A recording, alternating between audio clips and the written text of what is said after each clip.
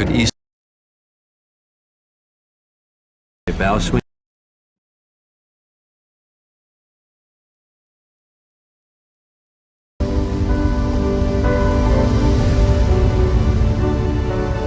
Part of the Titanic parable is of arrogance, of hubris, of the sense that we're too big to fail. Veering to port with 22 knots, sideswipes the iceberg. Murdoch ports around the iceberg, try to keep from hitting the propellers. That looks pretty good.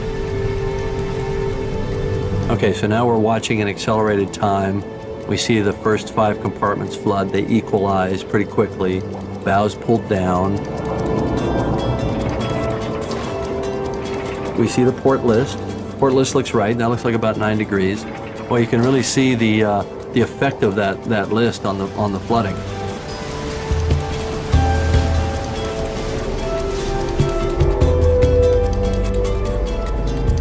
So yeah, superstructure starts to get pulled under.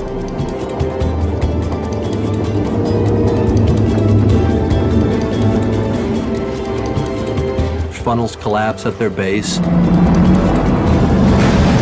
Now the bow is accelerating downward. That looks good. We're starting to see the stern come up. We got our maximum peak stress, and yeah, boom, boom, it breaks. Okay, bow swinging down. That looks good. The double keel hang on, and then they separate.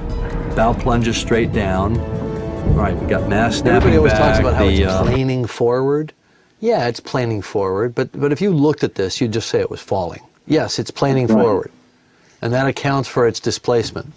But it's 1 forward and 6 down, so it's basic. That's it, man. That's exactly the way I always pictured it. So the stern is actually only a few lengths behind. Yeah. The funnels are ripping backwards, pulling off all the davits.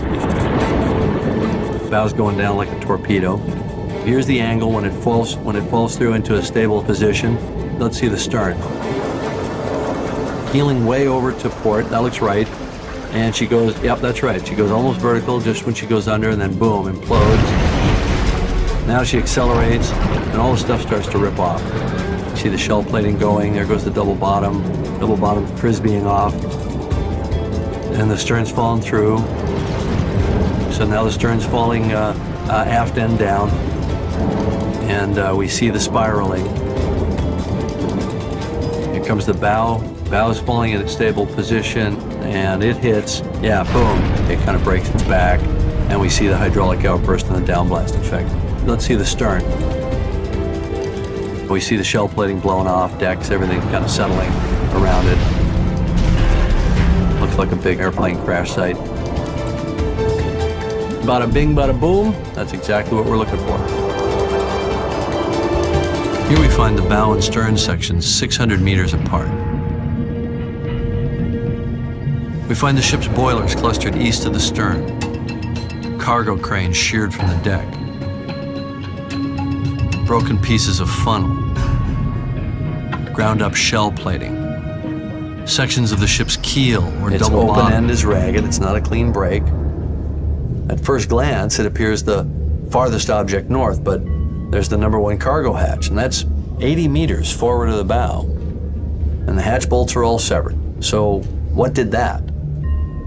And how did the bow break from the stern? What did this?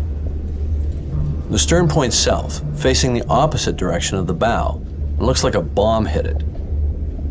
To the east of the stern lie 5 boilers from Boiler Room 1, the midsection of the ship. I think the location of these boilers is our first lead. We can account for many objects on our debris field map and explain how they traveled from the breakup at the surface to end their life 4 kilometers down at the bottom.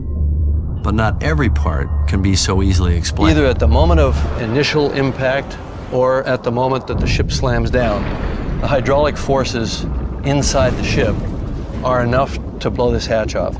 So you've got some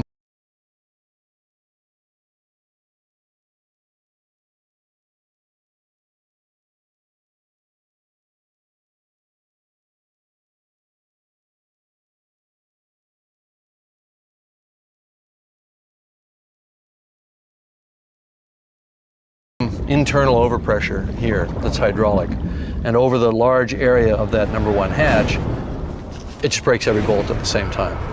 The hatch doesn't peel off sequentially. It's an evenly distributed overpressure. It just breaks every bolt head simultaneously. What caused this hydraulic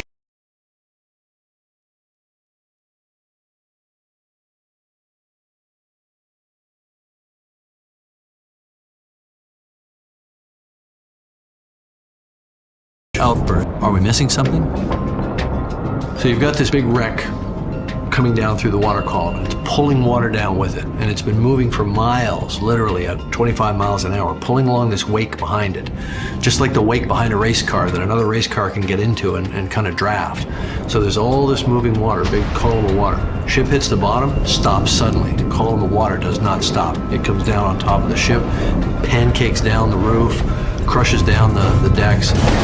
And if something held on, it might have been packed up against the face of it or flat back against the underside.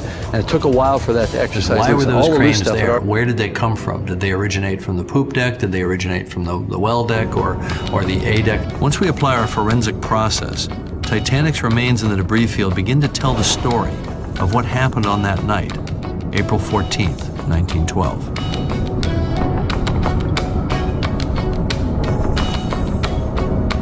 So far, our theory of how the wreck traveled through the water column and what happened at impact fits the evidence, except for three outliers. How did these two pieces of double bottom and a pile of deckhouse debris from beneath the third funnel end up far from the rest of the wreck?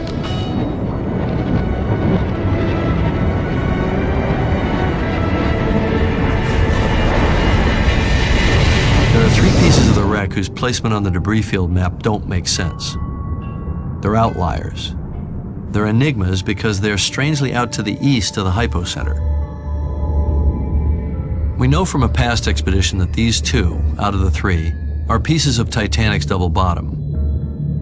We know these parts are from the same section of keel because their ragged ends align like two pieces of a jigsaw puzzle. How did these two chunks of keel detach from the bottom of the ship and end up to the east of the hypocenter? And what about the third outlier? How did this chunk from beneath the third funnel deckhouse end up way out there?